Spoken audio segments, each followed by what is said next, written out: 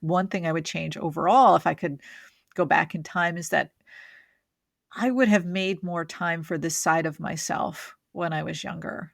I want to be someone who won't take no for an answer. I want to be someone who's brave and bold. I'm Liz Sumner, and this is I Always Wanted To, the podcast where I interview people who are doing things that others long to do. What have you always wanted to try? Find a ruin in a jungle somewhere. Or maybe I should just go out and do good, helping people that need special care. Hi, everyone. In the 3.5 years I've been making podcasts, I've learned a lot about the industry and met some wonderful colleagues. One of my favorites is my guest, Lori Mortimer, and her show Mementos. Lori and I have different approaches to podcasting, but we suspect our audiences have similar taste. We interviewed each other in our own styles to introduce one another to our listeners. I'm making this bonus episode to recommend Lori to you and to tell newcomers about I Always Wanted To. In my podcast, I highlight regular people who've taken bold steps and tried something new. My intention is to encourage others that their dreams are within their reach. A recurring theme that I love to hear is how my guests discover that they're more creative and courageous than they ever realized, and Lori is a perfect example. I'll be releasing the full version of my conversation with Lori at the end of January, but this will give you a little taste of what I Always Wanted To is all about. I hope you enjoy it. Here are some excerpts from our interview. My guest today is Lori Mortimer. Lori is the creator of Mementos, a beautifully produced podcast about the emotional backstories to the objects we keep. Lori and I have been getting together to talk about podcasting, what we love and hate about the process. We really like each other's shows and think we have some crossover audience, so we decided to showcase each other in our own styles. Welcome, Lori. Thank you. I'm glad to be here. We have a very different style in how we build it and what they sound like. So tell me some of the choices that you made to make Mementos sound the way it does.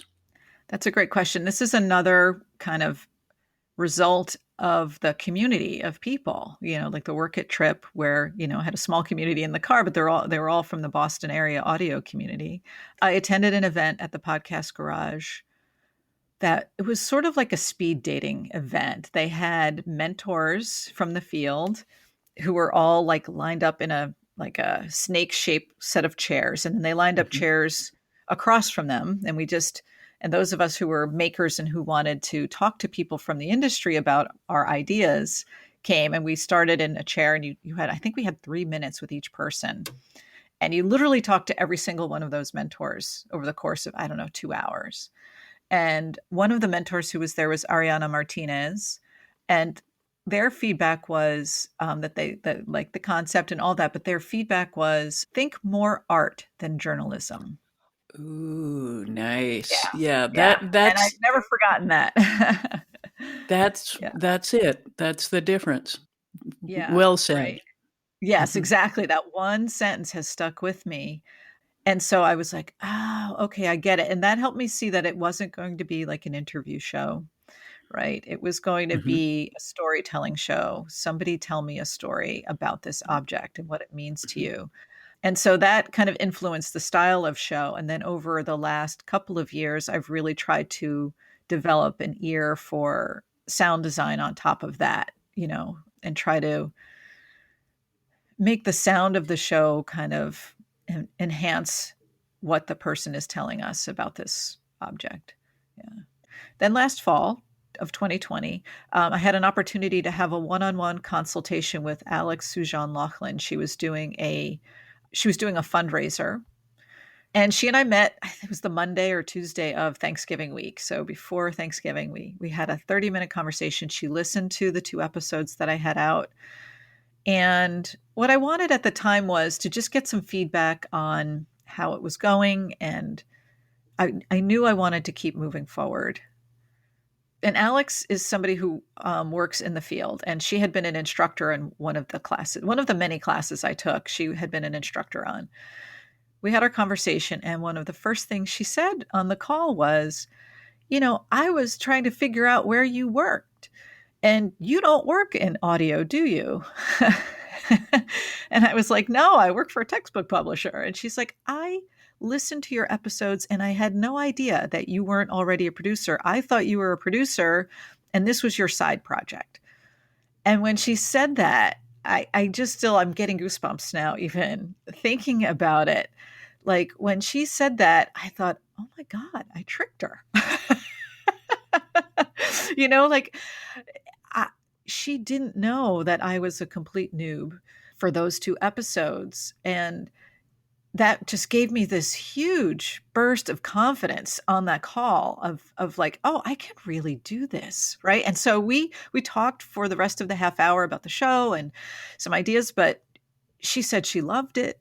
She loved the show and she was looking forward to more episodes and all of that. And I literally clicked off of that Zoom call and went upstairs to my husband's home office. And I was like, we need to talk right now. And I was just so excited. And I said, I think I need to leave my job so that I can focus on this podcast next year. And, we talked about it over the holiday week and stuff. And he agreed, like, yeah, let's try that, because she just gave me that extra boost to think that if I just had the time, I can make this work. In our full conversation, we talked about the value of a professional community and the training and inspiration that Lori received. I asked her what, if anything, she would have done differently when she was starting out. One thing I would change overall, if I could go back in time, is that I would have made more time for this side of myself when I was younger. Like, I never thought of myself as a creative person ever, really. Like I've, been around very creative people, including my husband, my whole life, and didn't see myself that way at all. And the podcast has allowed me to see myself as a creative person at all, and to see myself in a very different light. And I think that current Lori would say to younger Lori, nurture that side of yourself give yourself some space to play around with things and try things, and dedicate some time to that for yourself.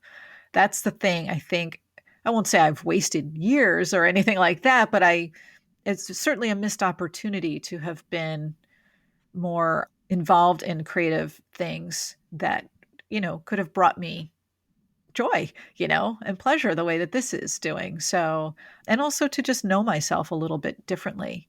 So, yeah. My thanks to Lori Mortimer. You can find out more about her and mementos in the show notes. If you like what you hear, please visit ialwayswantedto.net or look on your favorite podcast app to see all my previous episodes. There'll be new ones coming in the beginning of the year. I invite everyone to write and tell me what you've always wanted to try. I'm Liz Sumner, reminding you to be bold, and thanks for listening.